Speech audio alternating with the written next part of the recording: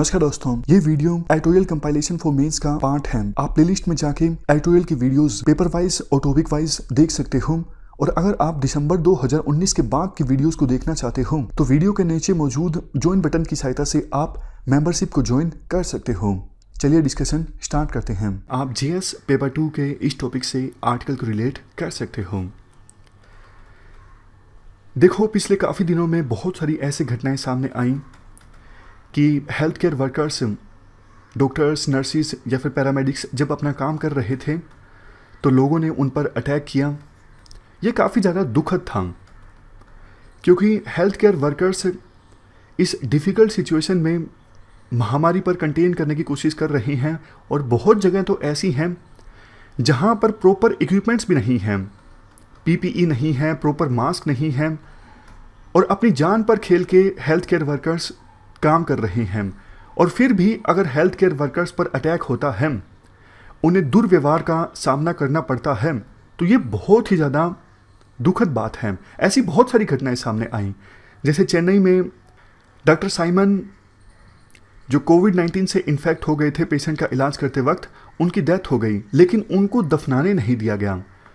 बहुत सी ऐसी घटनाएं भी सामने आई कि डॉक्टर जब अपना काम ख़त्म करके घर जाते हैं तो सोसाइटी के लोग उनसे दुर्व्यवहार करते हैं, उनको एंटर नहीं करने दिया जाता सोसाइटी में। तो इन सब घटनाओं को देखते हुए अब सरकार ने एक ऑर्डिनेंस रिलीज़ किया है। एपिडेमिक डिजीज़ एक्ट 1897 में अमेंडमेंट की है। अब डॉक्टर्स और दूसरे हेल्थ केयर वर्कर्स पर अगर अटैक होता है तो मैक्सिमम 7 साल की सज़ा और 5 लाख तक का फाइन हो सकता है अटैकर्स पर। और देखो, ये कोग्निजेबल ऑफेंस होगा, यानी एक्यूज्ड को गिरफ्तार करने के लिए पुलिस को मजिस्ट्रेट से वारंट लेने की आवश्यकता भी नहीं होगी। नॉन बेलेबल ऑफेंस है, बेल नहीं मिलेगी। तो प्रोविजंस काफ़ी ज़्यादा कड़े कर दिए गए हैं एपिडेमिक डिजीज़ एक्ट 1897 में। इससे समाज में डेटरेंस क्रिएट होगा। दूसरा देखो, एक इम्पोर्टेंट बात आर्टिकल में ये कही जाती है,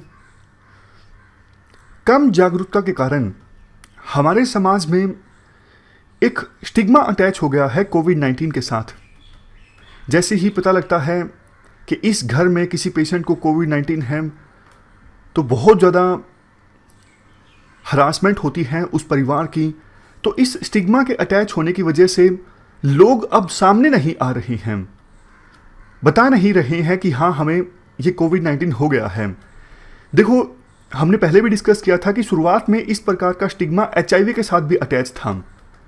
पेशेंट तभी सामने आते हैं जब बिल्कुल सांस लिया ही नहीं जा रहा है, तब वो जाके बताते हैं कि हाँ, हमें ये इन्फेक्शन हुआ है, लेकिन हमने आपको बताया नहीं। तब तक काफ़ी बार देर हो चुकी होती है। तो स्टिग्मा को हटाना जरूरी है। अगर इसी प्रकार से स्टिग्मा अटैच रहेगा, उन लोगों से नफरत अगर की जाएगी जिनको ये इन्फेक्शन हुआ है, तो फिर तो देखो हालात और भी ज़्यादा ख़राब हो सकते हैं। फिर और भी ज़्यादा हमें कठिनाई का सामना करना पड़ेगा इस महामारी पर काबू पाने में। जो लोग बीमार होते हैं उनको केयर की आवश्यकता होती है, सपोर्ट की आवश्यकता होती है, ना कि हरासमेंट की। हरासमेंट आप करोगे तो इससे सोसाइटी का ही नुकसान है, सबका नुकसान है। ये ह्यूमैनिटी के भी अगेंस्ट है। इस डिस्कशन में फिलहाल इतना ही है। Thank you very much for discussion.